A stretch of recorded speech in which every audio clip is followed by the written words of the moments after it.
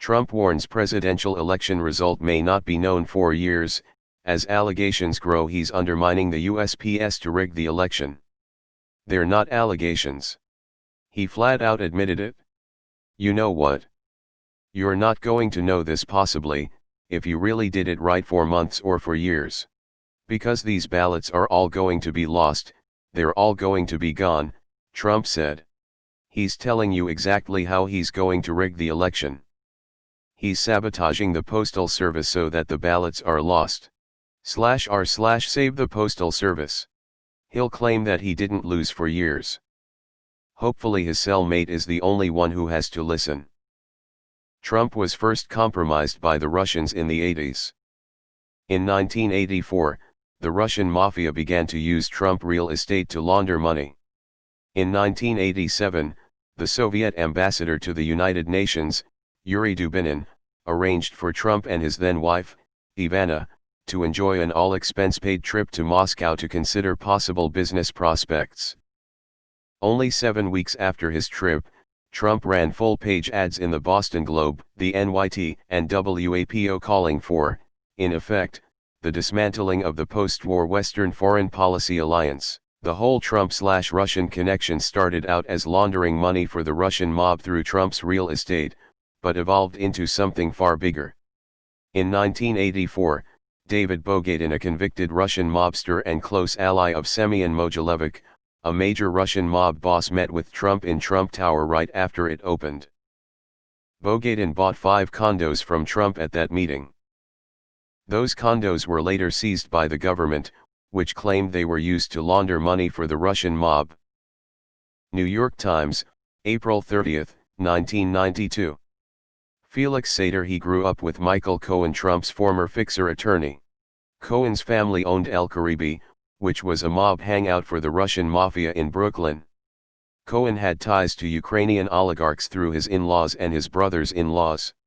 Felix Sater's father had ties to the Russian mob. This goes back more than 30 years.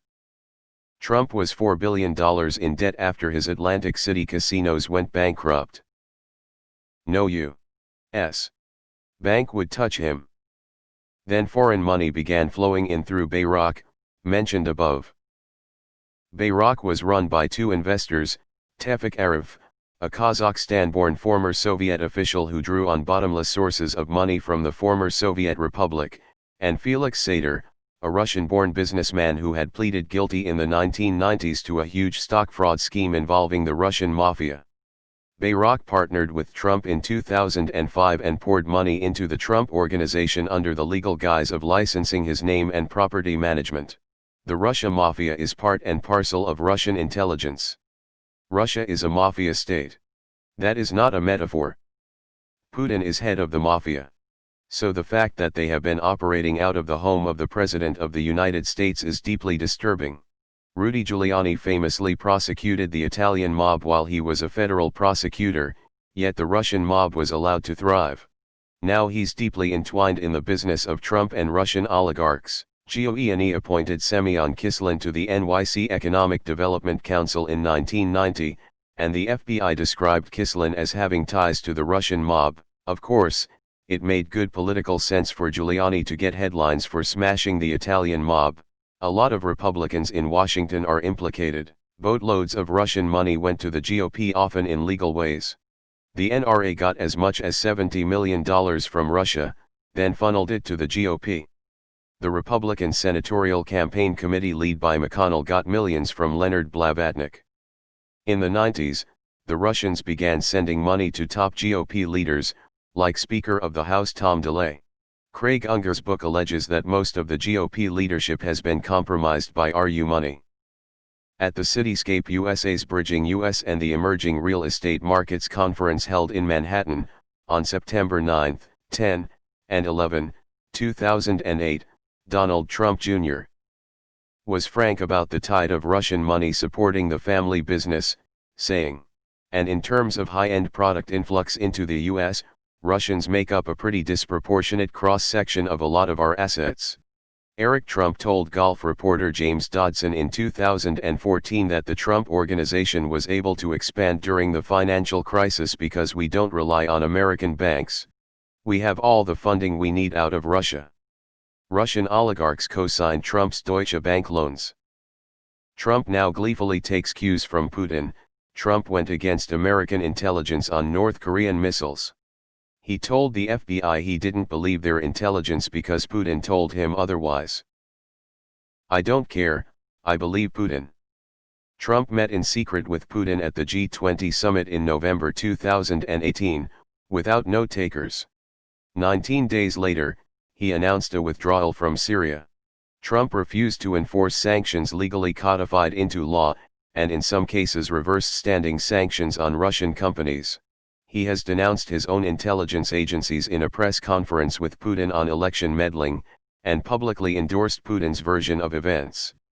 Demanded Russia get invited back into G7. Pushed the CIA to give American intelligence to the Kremlin, withdrew from the Open Skies Treaty.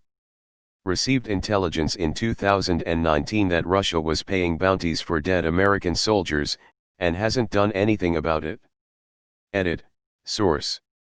https://www. reddit.com/r/politics/comments/sifs/comments/fiavoin. How are we still calling them allegations if he admitted to it? If no one wins, per the Constitution, Trump doesn't get to stay in the office, it gets filled by succession, which would be Speaker of the House. If she holds onto the post, I kind of like the idea of Trump being kicked out of the White House by Pelosi, and him watching her of all people undo every nasty executive order he's signed. This is the first time since he became president that a chill literally ran through my body while reading something he did or say, and I don't even live there. I grew up idolizing America. Going there even for a holiday was a dream of mine. Now someone would have to force me to go. The country was seen as a symbol of freedom for the people, a symbol for democracy, and a place where anybody can make it. Seeing it being torn to pieces in the last 4 years has been heartbreaking to say the least. Part of me wants to believe this is just Russian propaganda being spread on the internet and things really aren't half as bad over there, but I highly doubt it. Democracy is dying in the USA, and so is the freedom it is so famous for. Removed.